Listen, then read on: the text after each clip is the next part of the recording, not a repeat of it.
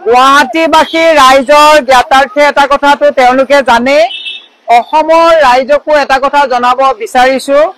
এইখন চৰকাৰে কেনেকে আক্ৰমণ কৰিছে অসমৰ জাতি ভাতি ভেটি মেটি মাটিৰ ওপৰত অকমান আগত যদি যায় গুলচক্ৰত আমাৰ সাহিত্যৰথী ৰসৰাজ লক্ষীনাথ বেজবৰুৱাৰ যেটো প্ৰতিমূৰ্তি আছিলে আমি সিভিল সোসাইটিৰ লগত প্ৰতিবাদ কৰিছিলো যিজন মানুহে ভাষাৰ প্ৰতিষ্ঠাপক অসমীয়া ভাষাৰ প্ৰতিষ্ঠাপক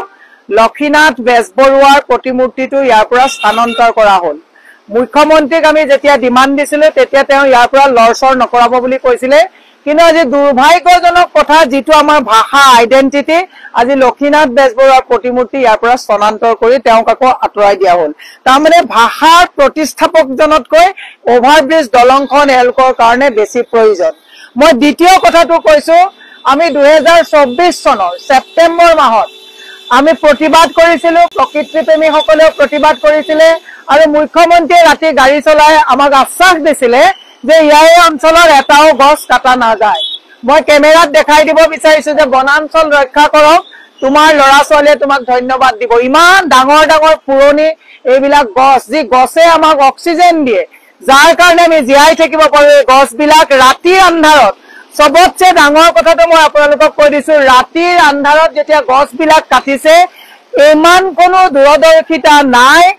এই বিভাগীয় অফিচাৰ সকলৰ ইমান কোন দূৰদৰ্শিতা নাই যে ৰাতি এই পক্ষীবিলাকে চৰাইবিলাকে জিৰণি লৈ থকা চৰাইবিলাক ক'ত যাব এই কথাটো তেওঁলোকৰ চিন্তা কৰাৰ সময় নাই মই তাৰ পিছত আপোনালোকক কৈছো আমাৰ হেইটো অকমান আগত প্ৰায় 500 মিটাৰ আগত দীঘলী পুখুৰী আছে ৰজা ভগদত্ত দিনৰ দিনত এইটো দীঘলী ঐতিহ্যমণ্ডিত দীঘলী পুখুৰীটো তেওঁলোকে তাত এতিয়া নিক্ষেপ কৰিব উলিয়াইছে এই বিজেপি চৰকাৰখনে এফালৰ পৰা ভাষা সাহিত্য মাটি প্ৰকৃতি সকলোকে তেওঁলোকে এফালৰ পৰা হত্যা কৰা আক্ৰমণ কৰা আৰম্ভ কৰিছে মই সেই অসমৰ ৰাইজক কৈছো যে আমি যে প্ৰতিবাদ কৰো বিৰোধী আমাৰ এটো নৈতিক দায়িত্ব আমাৰ মাননীয় সভাপতি গৌৰৱ গগৈ ডাঙৰীয়াৰ লগত আলোচনা কৰিছিলো গৌৰৱ গগৈ ডাঙৰীয়াই কৈছে যে ডেফিনেটলি এই বিষয়টো আমি খুব মানে চিন্তাৰ সহকাৰে লব লাগে তেখেতে এই বিষয়ত মাতিব আজি আমি মহিলা কংগ্ৰেছৰ আজি সকলো আমি আমাৰ মহিলা কংগ্ৰেছ যুৱক কংগ্ৰেছ আমি সকলো ইয়াত একেলগে আহিছো আমি এটা কথাই আমি মুখ্যমন্ত্ৰীক দাবী কৰিব বিচাৰিছো যে আমাক ওভাৰব্ৰিজ নালাগে আমাক লক্ষীনাথ বেজবৰুৱাৰ প্ৰতিমূৰ্তি ইফাল সিফাল কৰি আমাক ওভাৰব্ৰিজ নালাগে আমি কৈছো যে আমাৰ এই পুৰণি গছবিলাক কাটি যি আমাক অক্সিজেন দিয়ে যি আমাক জীয়াই থকাৰ সুবিধা দিছে আমাক গছ কাটি পেলাই আমাক ওভাৰব্ৰিজ নালাগে মই সেই কাৰণে আপোনালোকক কৈছো দীঘলী পুখুৰী য'ত গুৱাহাটী ফুৰিবলৈ আহিলে এটা আমি এটো টুৰিষ্ট স্পট হিচাপে আমি যাওঁ দীঘলী পুখুৰীৰ ওপৰতো আক্ৰমণ চলাইছে মই সেই কাৰণে অসমৰ ৰাইজক জনাব বিচাৰিছো যে হিমন্ত বিশ্ব শৰ্মাৰ চৰকাৰৰ ওচৰত ওভাৰব্ৰিজ পাব আপোনালোকে ঠিকই কিন্তু উশাহ লব নাইকিয়া হ'ব আজি দুজাক বৰষুণ দিলে গুৱাহাটীৰ মানুহৰ খিৰিকীৰ ভিতৰতে আজি পানী যায় আজি যদি দুভাগ বৰষুণ দিয়ে পাহাৰ খহি মানুহৰ আজি মৃত্যু হৈছে আপুনি চপাইডাঙত যাওক খহনীয়াত মৃত্যু হৈছে আপুনি যাওক মালিগাঁও যাওক খহনীয়াত মৃত্যু হৈছে আপুনি দতালপাৰাত যাওক খহনীয়াত মৃত্যু হৈছে তাতোতকৈ দুৰ্ভাগ্যজনক মৃত্যুটো হৈছে আৰু যাৰ খিৰিকীয়েদি পানী গৈছে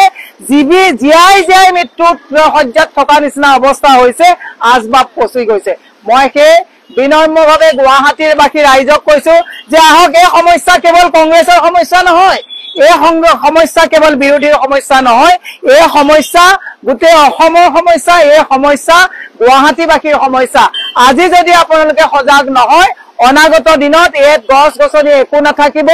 এনেকুৱা এটা অৱস্থা হ'ব ডিজাস্টাৰ মেনেজমেন্ট বুলি কৰিবলৈ কোনো ব্যৱস্থা চৰকাৰৰ হাতত নাথাকিব সেই আজি আমি সাইলেন্টে আমি ইয়াতে আহিছো যে আমি সকলোৱে আমাৰ এইবিলাক তেওঁ যেটো আমাৰ ভাষাৰ ওপৰত আক্ৰমণ কৰিছে আমাৰ দীঘলী পুখুৰীৰ ওপৰত আক্ৰমণ কৰিছে প্ৰকৃতিৰ ওপৰত যেটো আক্ৰমণ কৰিছে তাক আজি আমি সন্ধ্যা সকলোৱে ইয়াত উপস্থিত হৈ এক প্ৰতীকী আমি প্ৰতিবাদ হিচাপে আমি প্ৰতিবাদ সাব্যস্ত কৰিছো আৰু মুখ্যমন্ত্ৰীক দাবী জনাইছো গছ গছনি যাতে নিখা পক্ষীবিলাক যেতিয়া শুই থাকে তেতিয়া এজন আপুনিও অভিভাৱক আপোনাৰ ল'ৰা ছোৱালী আছে